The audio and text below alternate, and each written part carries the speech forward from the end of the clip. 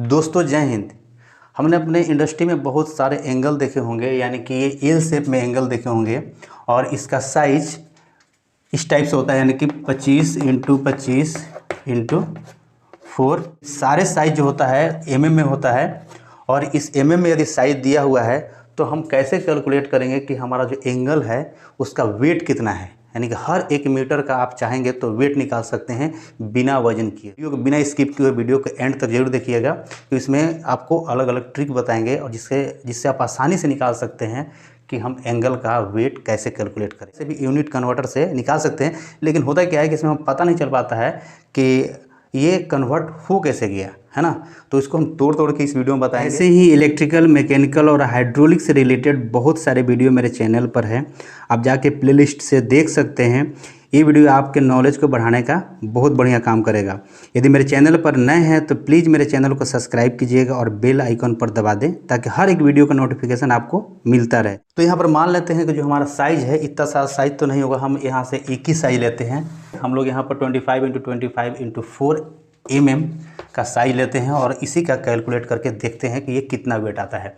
तो सबसे पहले हम क्या करेंगे कि हमारा एंगल जो है, एंगल को पहले हम 2 भाग में बांट देंगे, है ना। 2 भाग में बांटेंगे तभी आपको क्लियर होगा। और एक भाग का नाम यदि हम ए रख देते हैं और दूसरे का बी रख देते हैं तो हम आसानी से निकाल सकते हैं। तो हमारा इसका साइज हो गया, इसका हो गया 25 mm, है ना। इसका भी हो जाएगा 25 mm और जो इसका थिकनेस है तो ये कितना हो गया, ये हो गया हमारा 4 mm,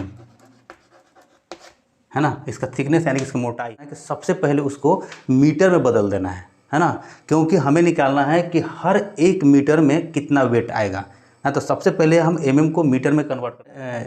25 है तो 25 को यदि हम 1000 से भाग दे देंगे तो ये हो जाएगा 0.025। वैसे ही यहाँ पर हमारा 4 mm है, अगर 4 mm को यदि हम 1000 से भाग दे देंगे तो ये निकल के आ जाएगा 0.004 mm 4 मीटर। इस टाइप से हमारा ये मीटर में कन्वर्ट हो गया। यदि एमएम में लिखा हुआ तो उसे हम 1000 से भाग दे देंगे तो सिंपल क्या हो जाएगा, मीटर में कन्वर्ट हो जाएगा। हमारा एमएम से मीटर में कन्वर्ट हो जाएगा। तो हम सबसे पहले एक पार्ट को निकालेंगे, है ना। एक पार्ट जो हमारा है उसको निकालेंगे। तो यहाँ पर हम लिखेंगे कि वॉल्यूम ऑफ ए, है ना, इज इक्वल टू क्या करेंगे यहाँ पर कि हम यहाँ पर करेंगे इसको गुना, तो 0.025 इंटू कर देंगे 0.004 और हमको कितना मीटर में निकालना है, 1 मीटर में। तो आप 1 मीटर लिखे चाहे नहीं लिखे, आपको सिर्फ बताने के लिए, जानकारी के लिए बता दे रहा हूँ कि यहाँ पर 1 लिख रहा हूँ, क्योंकि 1 से जितना में भी गुना करेंगे तो उतना ही रह जाता है। लेकिन हमने यहाँ पर 1 लिख दिया आपको समझने के लिए। जब हम इसे गुना करेंगे तो ये निकल के आ जाएगा 0.001, है ना। ये हमारा हो गया पार्ट 1 का। वैसे ही हम यहाँ पर निकालेंगे वॉल्यूम ऑफ बी। तो वॉल्यूम ऑफ बी को निकालने के लिए भी हम क्या करेंगे, यहाँ पर थोड़ा सा आपको समझने वाली बात है कि जब वॉल्यूम ऑफ बी निकालेंगे, यानी कि ऊपर वाला पार्ट, इस पार्ट को निकालेंगे तो इसमें क्या हो जा रहा है मालूम है आपको, यहाँ पर ये 4 mm इसमें से घट जा रहा है, क्योंकि इसका कितना है मोटाई, 4 mm है।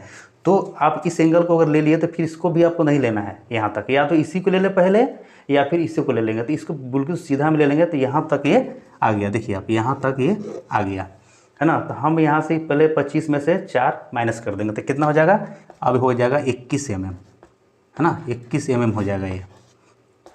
तो 21 mm को हम फिर क्या करेंगे, 21 mm को हम 1000 से भाग दे देंगे और ये निकल के आ जाएगा। यहाँ पर वॉल्यूम ऑफ बी में हम लिखेंगे तो 0.021 और ये तो हमारा सेम है 4, इधर भी 4 ही रहेगा तो 0.004। फिर यहाँ पर इंटू 1 कर देंगे, है ना, क्योंकि 1 मीटर में हमें निकालना है। हम इसे मल्टीप्लाई करेंगे तो ये निकल के आ जाएगा 0.4 हो जाएगा यहाँ पर, उसके बाद 84, है ना। इस टाइप से हमारा ए का भी निकल गया, बी का भी, यानी कि इस साइज का भी हमने निकाल लिया और इस साइज का भी निकाल लिया। अब हम क्या करेंगे, दोनों को जोड़ देंगे, है ना। अब यहाँ पर हमारा जब दोनों निकल गया है ए और बी, तो हम यहाँ पर क्या करेंगे कि weight of M S angle is equal to क्या करेंगे, कोष्ठ के अंदर डालेंगे और लिखेंगे 0.0001, है ना, 3 0 है, प्लस कर देंगे इसको भी और यहाँ पर 0.00084 कर देंगे। और अब यही मेन हो जाता है, क्योंकि हम जानते हैं कि एमएस प्लेट का डेंसिटी कितना होता है, वो डेंसिटी होता है 7850। तो सबसे पहले आपको क्या करना है, इन दोनों को पहले जोड़ देंगे, है ना, और इसके बाद इससे गुना कर देंगे। जब आप इसे गुना कर देंगे तो ये निकल के आ जाएगा 1.4444 यानी कि 4 टाइम 4 kg प्रति मीटर, है ना। आप इसको लिख सकते हैं 1.45 kg प्रति मीटर। तो इसी टाइप से आप चाहे जैसा भी लंबा एंगल हो, मोटा हो, कैसा भी हो, तो आप उसे आसानी से कैलकुलेट कर सकते हैं। सबसे पहले आप mm में उसे नाप लीजिए। mm में नापना आसान होता है क्योंकि पॉइंट टू पॉइंट मेजर हो जाता है। और उसके बाद हम क्या करेंगे, उसको हम मीटर में कन्वर्ट कर देंगे और मीटर में कन्वर्ट करने के बाद ए और बी 2 भाग में बांट देंगे और बांटने के बाद दोनों को जोड़ देंगे और डेंसिटी से मल्टीप्लाई कर देंगे, है ना। तो हमारा वेट निकल के आ जाएगा।